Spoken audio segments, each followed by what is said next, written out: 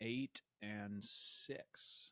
9, 8, and 6. Well, he's 5. He's turned 6 in a month, but yeah. Yeah, I do the same thing. I will, if I get close enough, I just start calling it like it is. My kids get mad. They're like, "Why do you do that to us? We're not 15 yet. I'm not 13 yet. I'm 12. And don't move me Closer than forward." that than the other one. Yeah. When I started I turned 51 this month. I will in a few weeks, but generally when the year flips over, I just say I'm 51. I don't wait to the date. So my kids busted my chops to the point to where I quit doing that. So now I wait. Until you're actually that age. Yeah, until I'm actually there. So they give me a hard time about it. Hey, let me tell everybody who's with me today. I'm excited to talk to you, Paden. On today's episode of the Jeff Robertson Show, I'm joined with Paden Squires, CPA, CFP, entrepreneur, husband, and dad of 3. After leaving corporate finance job with no clients, no public accounting experience, he launched a tax firm from his living room.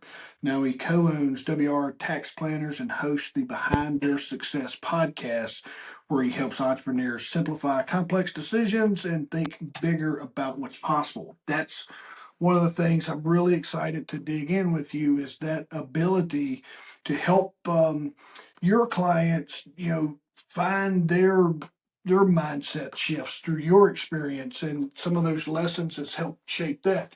I wanted to tell you, and where I go to with that is I got to do police work and I got to do some larger investigative work. And that's when I talk to people, they're like, "How'd you get to do all this stuff?" I'm like, "I just thought big." They're like, I just kept thinking as big as I possibly could. And fortunately, and then I moved that into my business world and I was just like, "Tell me where you're trying to get to." And in business, you're all trying to get somewhere as well. It might be money, it might be relationships, it might be the whatever. And if you will just come out of your box and think a little bigger, the right folks will show up at the right time and will help you get there, man. Welcome. Thank you for being here, dude. I really appreciate Yeah, absolutely, Jeff. I appreciate you you. building a platform like this, allow me to come on and just kind of share my story and some of the lessons I've learned. Yeah, I'm excited. Look forward to it. The cool part is, I moved from Second Chance Podcast where we talk about those really big setback moments and the Yes. things that define us.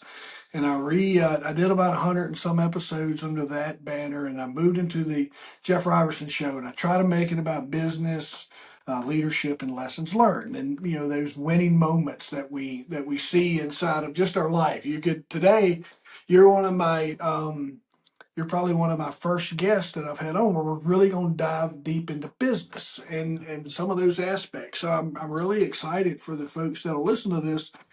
Coaching business, Peyton, one of the things, even myself, I was a little nervous and apprehensive just around finance. Hmm. And one of the things I'll tell you, man, that I see as a business coach is folks are so disconnected from their freaking numbers. And they will close their eyes. They're like, "I'm over here, I'm getting it done, Not Jeff, I'm don't getting look it." at it. Don't look at it. But so I ask them when I run into them, like, "Hey, what'd you do revenue last month?" And they're like, "Oh, get by." I'm like, Yeah, I'm they like, might make up a number. "Yes." But they're so disconnected from it, man. Yeah. And just reading about your simplify complexity and simplify complex decisions, man, that's the more the patents of the word. You remind me, just reading about you, remind me of my friend Cashflow Mike. And I'll tell you about Mike in a little bit off air if we need to. But Yeah. he takes these to the point to where he inspired me, and I had to go speak. And I was speaking on basic business finance. And when you speak on basic business finance, all the B2B people show up like bankers and accountants to show up to try to get access to the basic Yeah. business finance folks. Ended up being only people in the room was bankers and accountants. So you're teaching them all about finance, right? But here's the thing: I taught them about the basic, and as soon as I knew that was who was in the room, so I was like, "Hey, is anybody from business here?" And everybody, "Well, I'm an accounting firm. I'm a this. I'm just that. Hey, I work for this bank. I work for this bank." I'm like, "All right, sounds like we got everybody here except business owners. So we're going to talk about how y'all can get better."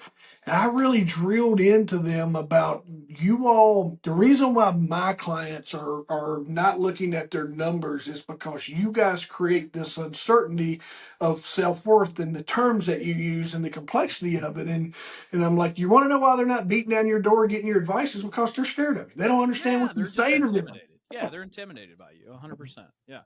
Tell me, what's the day look like in your life?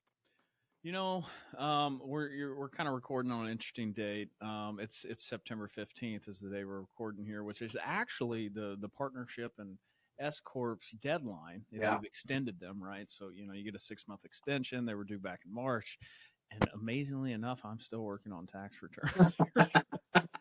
And it's usually these are some clients that are a little more disorganized, right? And that's why we're here on September 15th trying to finish tax returns and try to keep people from getting penalties. Yeah. That's literally what we're trying to do today. Man, speak to that. Why? Yeah. What in your world? What would have led them to be a little more prepared, or what Yeah. is that disconnect of why you're like, now listen, I have this sneaky feeling too. You're like, hey, the prices goes up the closer we get to the 15th because of the urgency, but also, when we talk to that business owner, like, where did the wheels fall off along the way that you've already got an Yeah. extension, you're here. So anything you can add to help somebody Yeah, out there? it's people that I'm dealing with on today. It's one. It's usually the same people, right? It's like once somebody gets on extension, they're always like, "Oh yeah, next year I'm not going to be on extension." I'm like, "Okay, prove it to me. Show me. I'd love it, right? I'd love you not be on extension." But it's the people that typically get to this point, and we do what we can to help people and remind people and whatnot, but we certainly can't save everybody from themselves. But it's that business owner you were just describing earlier that's a little disorganized with their stuff. They don't want to look at it. They have I mean they certainly don't have like clean accounting going on throughout the year to make business decisions and stuff off of. It's usually their accounting's done one time a year to put together a tax return, and that is, as a business owner, not a great place to be. For one, you have no idea what's going on in your business, so how are you going to make decisions, right? And two, I mean, it makes tax time suck, right? It just does. It makes tax time suck. It's this big ordeal. You got to do all these things, and then you get an extension, so you just put it off all summer and don't deal with it.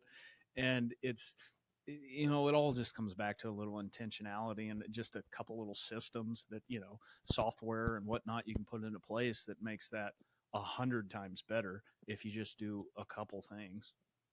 Hey, what's up, everyone? It's Jeff. I want to take a second. We're on a financial podcast here with a amazing guest. Paden is a wealth of information. So, if you are a financial advisor, work in finance, accountant, bookkeeper, client advisory service, business coach, be sure to check out my buddy Cashflow Mike. Mike's a whole lot like about Paden and just the simplicity that he does, but he has these tools that helps folks like yourself, accountants, bookkeepers, client advisory service, business coaches, helps dial in your cash flow management programs. And he's got the Clear Path to Cash, which is an amazing program. It's a course you can go through, and then he has an app that supplements the course. The app does all the work, so it gives you the ability to be able to take on cash flow management as an extra add-on inside of your practice. So make sure you check the link below. Check out cashflowmike.com. Let me know if you have any questions. Software, speak to it. Like Yeah, what I somebody mean, what, like, the big elephant in the room, right? It's always QuickBooks. yeah. Intuit's, they've been the leader in software like that. Like, and some of this depends on your industry and what you're doing, but like, guys, software makes your life really easy, or a whole lot easier than it has. I mean, like the amazing thing about like QuickBooks or really any other accounting software that's out there is like you have live feeds. You can hook up your bank accounts. Like all the transactions literally pull in there without you having to like data entry all the stuff. And then you're really just going in there coding transactions, coding them as expenses and whatnot. And with AI and stuff, honestly, these software they learn your transactions too pretty quickly to where that even gets automated to where it's even coding a whole lot of your transactions without you even touching it. And so once again, the ability to now it takes a little work and a little slowing down so we can put that thing in place. But once you put that in place, like it doesn't cost a ton of money and it's going to provide you a ton of value, especially if you're doing any size of business, at all. it's definitely worth it. I the other thing I would coattail on that is the QuickBooks has their mobile app, folks, and it's my and here. Let me clarify some too.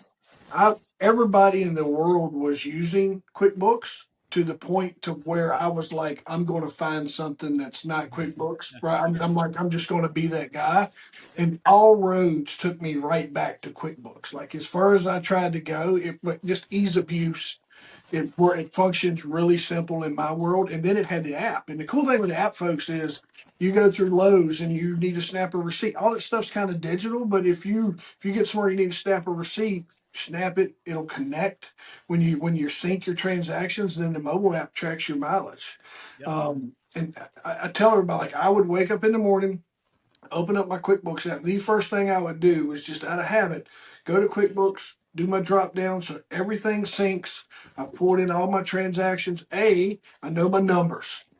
So, Yeah. any routines that you preach on those or Yeah, I mean Jeff, honestly, I run an accounting firm, very similar, right? So it's like, one of the first things I do when I fire up my computer or whatever in the morning is like I go to my QuickBooks, I log in, I pull in whatever new transactions, see what's hit the bank account over the last couple days, or I mean, it's basically just in the last 24 hours because I'm doing this 95% of the time. I'm doing it every morning. And it's just a quick update, right? And if you got the awesome thing is you're coding those transactions every day, like you have clean financials. You can go in there and pull a profit and loss and know like what is actually occurring in your business and what's going well and not what maybe needs improvement. So it's yeah, just a daily routine of like and some business owners do that, right? They do that to the degree where they just pull up the bank account every day. It's like, okay, there's money in it, right? But even with just a little bit of software, a little bit of process, like it's amazing how much a little bit of organization can provide you peace of mind and the ability to make decisions and make them quicker and more confidently because you know what you're talking about. and folks, I have to lean into that a little harder.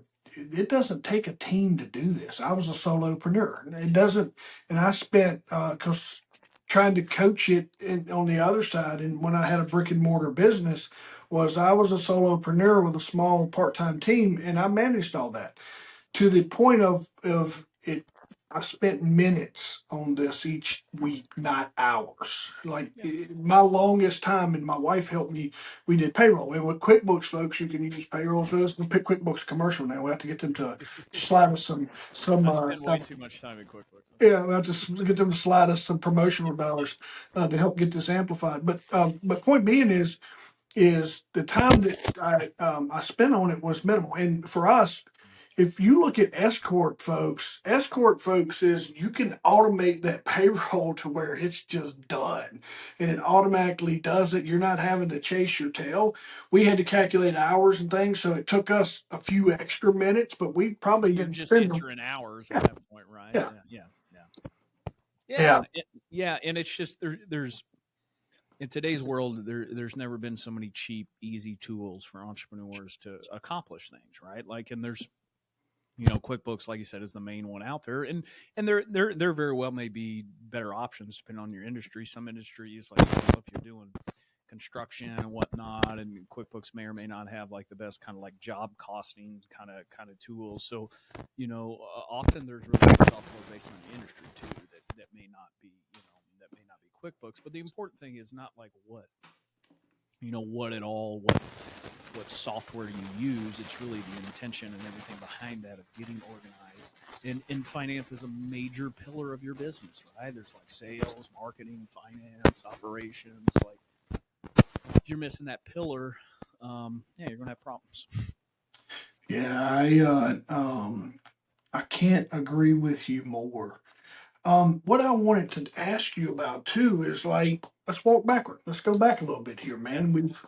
You is you took a major leap, and I was just reading. You left this Fortune 500 country, a company.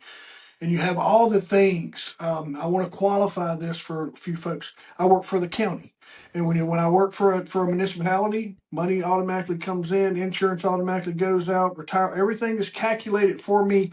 There's little fairies that come in and put money in my bank account once a month, and I did not have to think. I had no idea.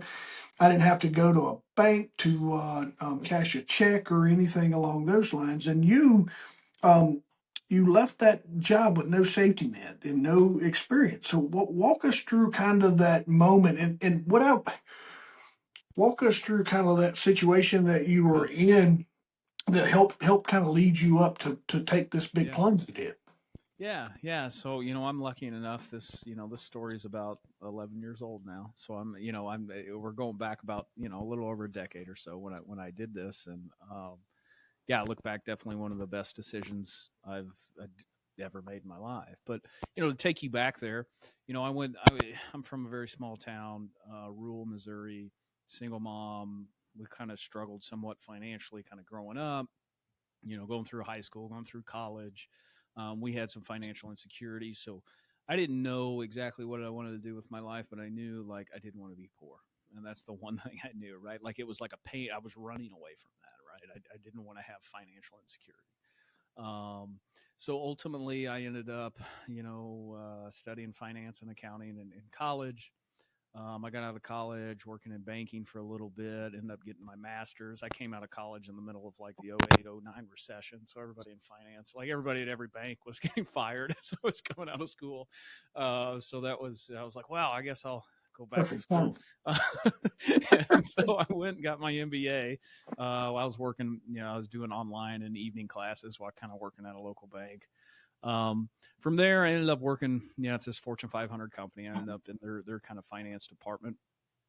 Quickly realizing all my different jobs that while I was a very good employee, like by that I mean like highly productive. Like all my bosses would have said I was a great employee. Like I hated it. I didn't like it at all. I was bored out of my mind. You work for a large corporation like that. I didn't really have anything to do. Like me and all the people in the finance department, like in my estimates, like we all had like 10 hours of work a week to do. And like the rest of the time, we're just sitting there twiddling our thumbs. And you can see that in major organizations, just there's a lot of waste. Yeah. So, I took advantage of that time. I studied for the CPA exam. Honestly, just sitting there in my cubicle, listening to audio the whole time. I didn't tell my boss. So there's 4 parts of the CPA exam. I didn't tell my boss I was even taking it till I had already passed 3 parts of it. I was like, hey, by the way, I'm doing this. Because I knew once I told them, they're like, oh, he's leaving us. Yeah. So I just waited forever. I didn't tell anybody.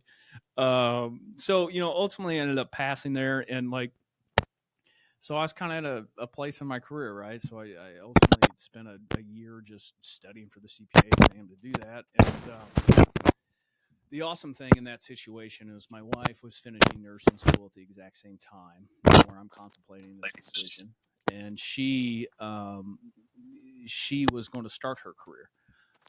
So we didn't have a lot of money at that time, and it was kind of a perfect timing for me to quit my salary at the same time she was coming on, because it's like, okay, well, we're in the same position. Like we roughly would have made the same amount of money.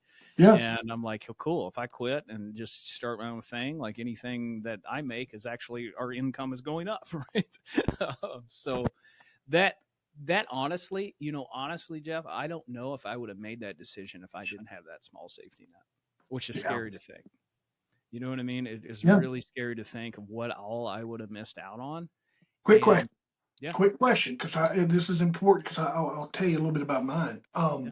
Where were you guys financially to be Oh able to yeah. make that decision? Like, speak to that. Like, Yep. sometimes that's a big deal. So tell, like, what's your situation of things that you had put in place or that you didn't make bad mistakes on that affects a lot of other people? Where were you at there, Paige? Yeah, and that's a great point, Jeff. Like me and my wife, we were young, younger at the time, right? I guess I was in like my mid 20s or whatever. Yeah. Um, I as the numbers guy, as the guy that never wanted to be poor, I've always been very responsible with money, right? Yeah. And so that's a great point you made, of that we had made a lot of right decisions to make sure. Now, don't get me wrong, like we didn't have much income, have much assets, or any of those things, but we also had put ourselves in a position to where like my salary wasn't like absolutely crucial, right? And that's important, and that's so important for anybody in finances. Is like you want to have freedom in your life. Yeah. Financial freedom is about the only way you can get it, right? Is building Yeah. buffers and having uh, dollars just give you options. They just flat out do in every area of your life. So you want to control your life to any degree, you need to get control of your finances. Um, so yeah, we were in a solid position. We were in our first house, and here's the thing: I didn't move out of our first. I started my business in that first house, and I stayed there as long as my wife would let me. Of like building the business and saving money and all those things. And I mean, we lived in our $70,000 house we purchased in like 2011, all the way up till like 2019. Even though we had both been advancing quite a bit, my wife ended up with a nurse practitioner and all kinds of things, but we really held back that lifestyle for a long time. Yeah. That gets overlooked. To speak to that, single mom, Yep. grew up in some uncertain times and living with different relatives, and I followed the path of impulse for too long and carried a lot of debt, unnecessary party debt's what I call it. Yeah. So opposite sides of the coin, and man, the reason why I wanted to put that out, Peyton, because it's hard when you're a young person, and I hope someone hears this from two different opinions. Like I'm like, don't ever miss an opportunity to go to a little party, and Well, hey, right? you live for today too, right? I mean, there's a But balance. here's the consequence. Here's the consequence: is there's a point in time when fighting through misery of just wanting to change my situation, debt kept me where had to be. It wasn't. Yeah, I probably could have. If I could have just, there's points and times when I could have just said, "I'm not going to do this anymore. I'm going to go figure it out and take a little bit of time, turn in a notice, and leave, and then have a few months of just being able to clear." I didn't have that till way later in life, Mhm. and so I wanted to point that out. Is just being financially responsible gives you way more options. You ain't got to make a lot of money. You will have more options than if you're living in debt and not being proactive in how you approach your finances, folks. Yeah, Definitely. and there's two parts of that equation. There's the income part, right? So you can make more money, and or you got the expense part where you could spend less money. Either way, it's like you need a buffer, right, between your income and expenses, right? And the more you can pile up assets or savings or whatnot, I like to think of it, and you'll hear some people say this on the internet of like thinking of it in like the amount of time you have. So Yeah. say you have, I don't know, say your living expenses are $5,000 a month and you have $25,000 saved. Well, guess what? You have 5 months saved. Yeah. Right? And in thinking of that, of thinking of assets and stuff, thinking of it as like a runway, and the ability to, the more of a runway you have, the more time you have to take a chance on something, to invest into something that doesn't need immediate payoff, right? And that's I say part of the problem with literally everything, and especially in today's world, everybody's so dopamine addicted and immediate gratification and whatever. Like no one can do anything for longer than 10 minutes without like an immediate payoff. Yep. and and it's the people that can think longer term, right? That have the ability to delay gratification or to work on a project for months or even years before it comes to market or is available out there. But like the ability to work a long time before seeing the fruits of your labor is a massive advantage that I don't think people understand. I'm 100% with you on that, man. It's liberating when you finally get to the point to where Visa's paid off, American Express is caught up, the car payments are done. It's a freeing feeling that I got to experience, and I want everybody to experience it. It's just the way I am as a coach. It's like, hey, let me help you get to this feeling that I. Turns out not everybody wants that. Everybody wants to live how they want to live, and that's okay. Yeah.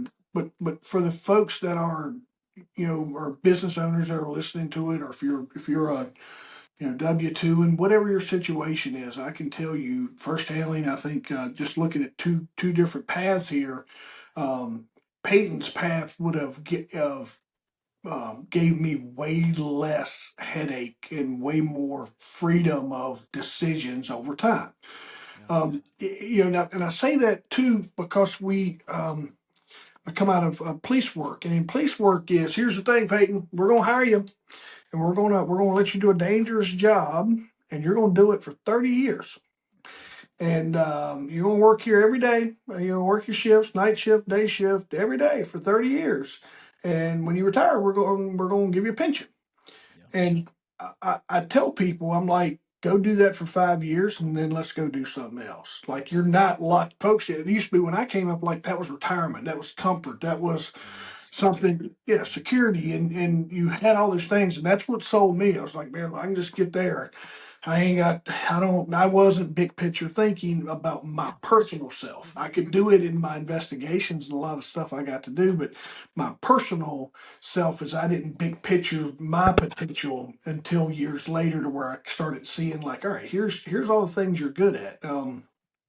So I wanted to say that for just whoever's listening is there's a lot of folks right now that may be miserable and they're fighting that or whatever. But if you can get control of your debt, you have the ability to go experience a job over here, and that retirement will move with you into your new position. That's the other thing we have now is how those things take off. But that's really cool, man.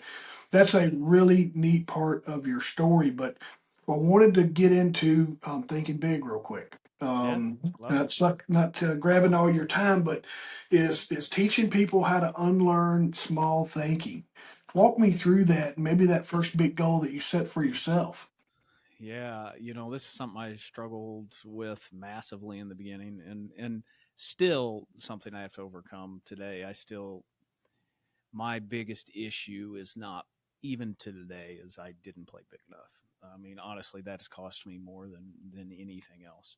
Once again, you're going back, single mom, small rural. I'm from a town of 1,000 people, rural Missouri, right? I didn't know millionaires.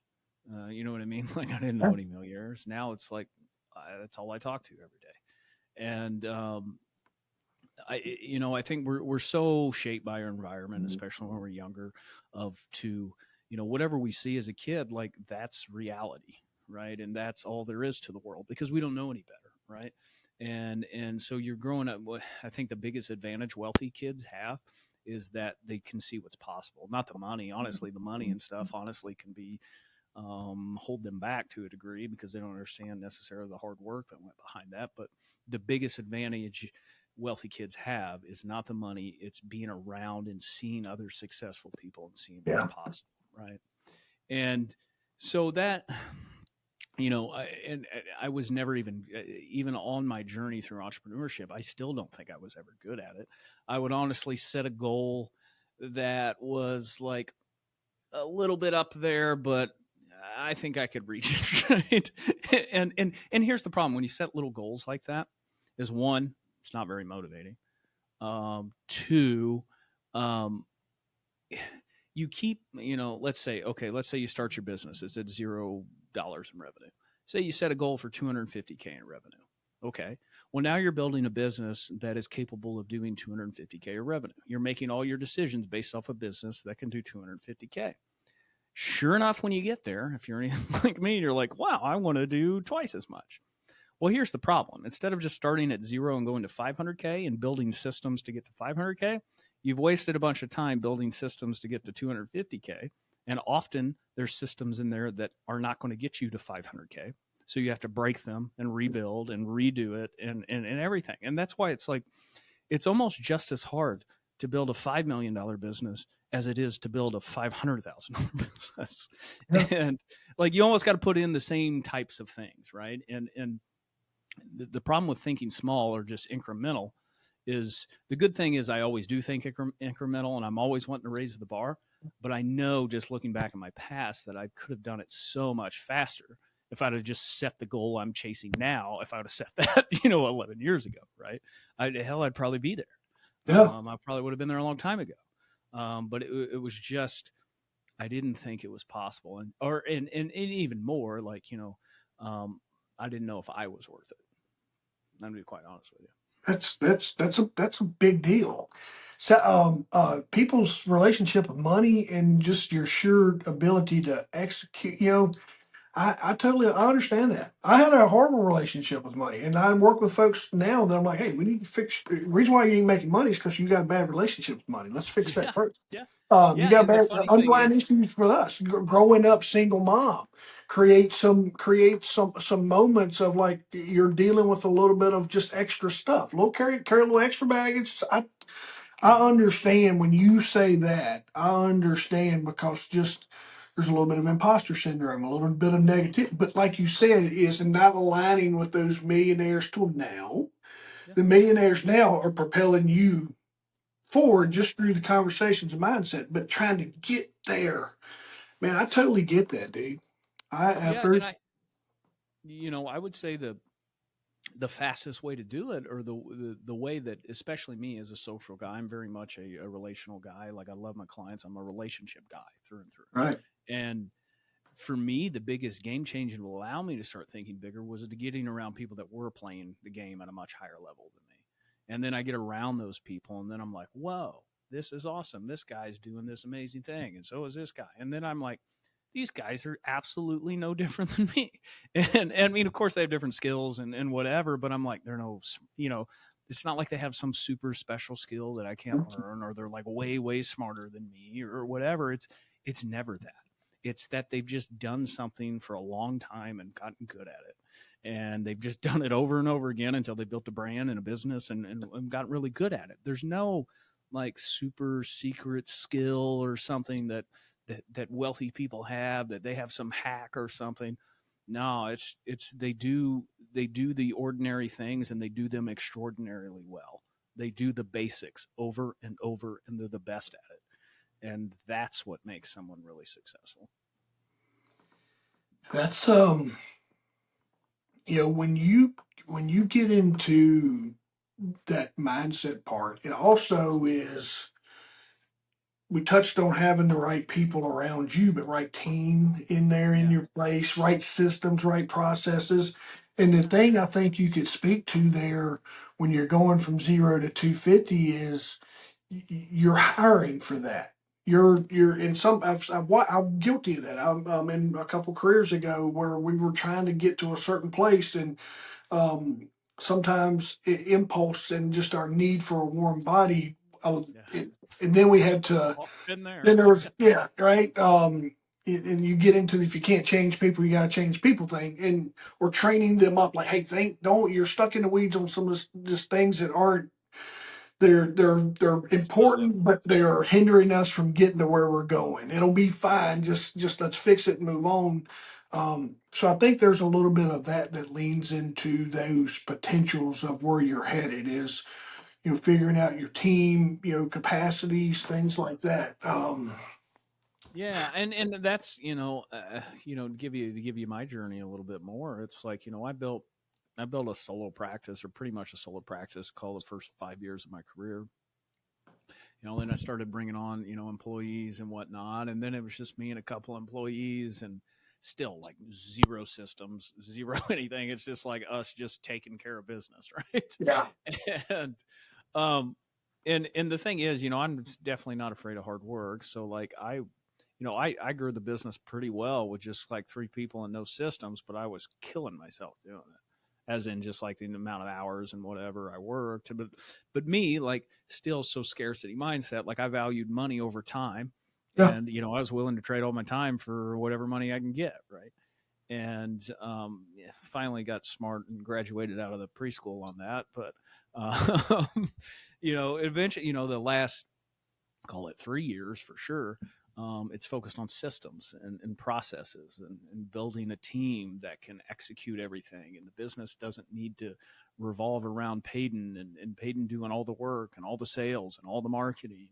And then it even becomes about growing. We got young team members on our team, people straight out of college, and helping lead them and leading by example, and helping them have opportunities to grow and make a bunch of money. and all those things, or whatever, ultimately whatever their goals are. But systems and processes, I'm still not good at them. I'm getting a lot better at them. My team's helping me get a lot better. And the thing is, that's the typical entrepreneur personality. Like, Yeah. right, when they're disorganized with finances, well, they're probably not organized with any processes Yeah. either. And it's because we're entrepreneurs are generally like decision makers. They're quick movers. They're they want to get stuff done, and that makes you great at like entrepreneurship in a lot of ways, but makes you really bad at finances and and building a sustainable practice or business that honestly is worth anything to anybody else. Like if you have hopes to sell it someday. What did um what did that do to your home life? You got 3, 5, and 9, right? So because it goes into that. I work with a handful, not a lot, but there's entrepreneurs who don't go home. Yeah. And I ask them sometimes, I'm like, are you afraid to be a parent? Or are you struggling in your business? Because I need to, yeah, there's help. I can help you with both sides, but don't let one interrupt the other. But what has that done? What is it, as you're moving through this 3, 6, 3, 5, and 9, almost 6, did the wife start putting pressure? Or did you recognize that? Or was there an outside intervention? Because I can tell you, when I had one, my wife was like, "Go do what you want to do." This, that, no, 2, man, she was like, "You've been gone for too long. Get your butt back in this house." I can't imagine 3, right? So, that's a great point, Jeff. And obviously I've done a lot of things the last few years to get out of that situation I put myself into, but I've seen that play out so many times. I've seen, as a guy that's worked with 1,000+ entrepreneurs over my career in lots of different industries and lots of different places around the country, that is so common. yeah, So common for the business to become the mistress and the guy's gone, or not necessarily a guy, but you know what I mean, to be the distraction, and like you're just totally checked out at home. And I promise you, it's not a trade you want to make. It might yeah. feel okay in the short term. Wait 20 years and realize all the money you've made, and you would trade all of it to buy that back if you could. I promise you will. So it's been something I've been very intentional about the last few years, especially. I have, as you saying, I have 3 young children, all under the age of 10, and the good thing is some of the systems and changes we've made just in the personal life, um, we downsized our lifestyle, honestly, even Yeah. more, because it allows my wife to, she left work at the beginning of this year, and we did that purposefully. Like, we gave up. I mean, we built our dream home like 3 years ago, and not that we couldn't keep it and still do that, but like, we found a lot of things that are just much more important to us now, and we're quick to make those changes and make moves that, one, allows my wife to just stay home at work, from work, to be home with the kids all the time. It allows me to get even more aggressive in business and building systems and putting people in place so the business doesn't need me, right? And I'm not as reliant on the business for money too. Um, but it's an intentionality. What really got me focused in that is being around I'm in a mastermind group, and while a lot of that is about business, it's really holistic life. Like, we talk about marriage and family and stuff just as much as we talk about Yeah. business. And it's amazing in there. A couple of the guys in there that just like will tell you the stories of how they've been through multiple divorces. Or a buddy of mine told the story of how his wife literally scheduled family pictures without him. And if you met the guy today, you would never believe that, because he's Yeah. a full 180 of what he was then. But guys, it's like, it's not worth it. If you don't have time, like, for your family and your personal life, I just want to tell you, you're doing it wrong. You're Yeah. doing it wrong. There's a better way to do it. Man, that's probably the best advice I think we could drop to anybody on any show platform is Be present, man. It's precious time. And but as we wrap up here, dude, I wanted to ask you, what are you building right now? Whether it's through WR tax planners or behind their success that helps business owners step into that bigger version of themselves. Yeah, obviously I'm building my tax planning firm. With me and my team over there, I got a lot of A players over there. I want to keep growing so they can have opportunities to grow. We're in that business where we see a huge hole in the market is actually strategizing and consulting with businesses about their taxes, not just prepping taxes. Your traditional experience with a CPA is you just give them all their stuff, they do the taxes, and say, "Here you go, file it," or it's filed, right? We have a very different model where we meet with our clients at least 4 times throughout the year, strategizing all year long of how to actually lower a tax bill as opposed to just being tax preparers, right? And we're really good at that. We got a lot of cool things we can do in those areas for entrepreneurs. Um, so building that, growing that, trying to help people grow their net worth, right? As efficient as possible. And then, on behind their success side, that's my podcast. Kind of similar feel as this, where it's really just getting great entrepreneurs to tell their stories. And for me, it's therapeutic because I get to hear the same lessons over and over again that I need to be reminded of, right? And it's amazing when I turn on my own show and I'm like, oh God, I needed to hear that today from whatever random, you know what I mean? Whatever random Yeah. person was on there. And so I love doing that. I really love communicating with people. It sharpens my skills and it allows me to meet cool people. And, of course that just naturally helps me grow my business as well. But it's really just like, as a kid from a small town and honestly didn't come from, a ton, I just want people to see what's possible. I want to be an example. So, not that I have everything put together, but an example of, hey man, you just try, put in some effort, keep doing it. Like you can Yeah. have success. It's all there is to it. It's just to keep stepping forward and moving. Man, I'm with you. I was telling you about the Second Chance podcast, and man, I love that time. It was for me. I do better when I talk through my thoughts, feelings, emotions, Yeah. and then Yeah, me too. I'm very verbal. yeah. Yeah, I like to talk. Yeah. Yeah, and I had some folks because I had some struggles I was kind of dealing with in my head, and some things I was trying to put to bed, but I couldn't put to bed. And I met the right people who would say those little just words. I'm like, whoa, what'd you say right there? And they would talk about their journey and some different things. And man, I kept like, I had just notes where people would, this one or three little sentences that they would say of how it impacted me. And that was just kind of the whole purpose of this. And then I was like, hey, I want to take it in a different direction and more on the positive, not the second chance. Yeah. But man, I love the setback story. I love that. I love Oh there's yeah, I do no too. better Everybody story loves than the underdog, baby. yes. It's hard not to, and I reach out like on the platforms we book. I'll find those folks out. People like, oh, I want to tell you about this. I'm like, yeah, and I'll find someone who's had that down and out story And that's and here's the thing, like may or may not people may or may not be willing to share that story, but like everybody's got one to a oh degree, yeah. right? You know Yeah. what I mean? Like some people may not be willing to go there or be maybe that transparent or authentic or whatnot. But like we've all like if you've done anything, you've struggled.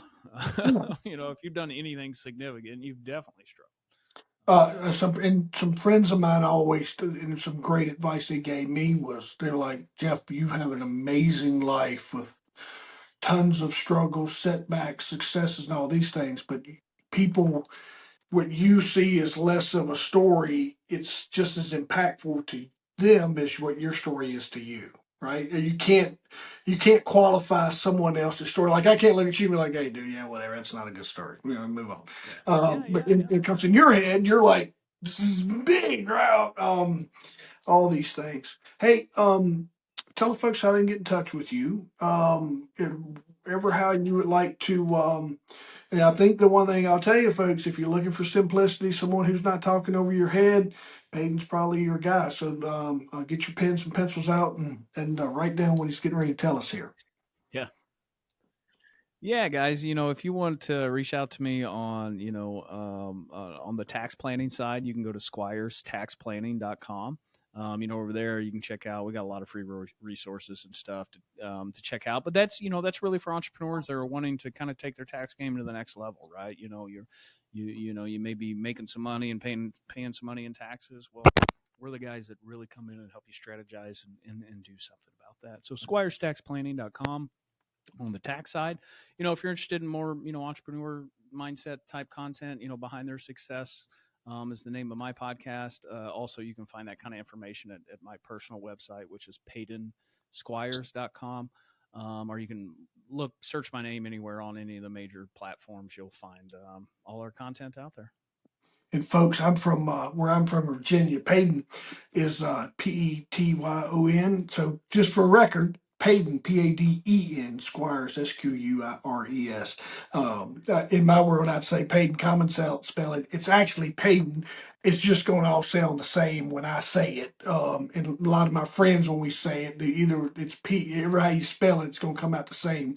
So just for the sake of that, I'll make sure we Yeah. bookmark all those as Yeah, well, it's Paden. my name's been said wrong my whole life. I'm totally used to it. It's from a Man, 80s my 80s name western movie. my name is Jeff Robertson. They call me Robinson since I was a little kid, and they don't have any consonants in it. So my all my social medias are Rabason, just to match, so my buddies don't have to worry about. And some of the folks that have been around in years, like, I thought your name was Robertson. I was like, yeah, that's the way it sounds when I say it or when everybody else does. So cool, man.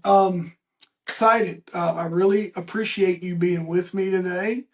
Can't thank you enough, dude, for just the Absolutely. value you provided to us. And I hope, Thanks, as man. time goes on, you and I can loop back in and we can just talk about your successes and where you're at in a couple months, couple years. So, but thank you for being with us today.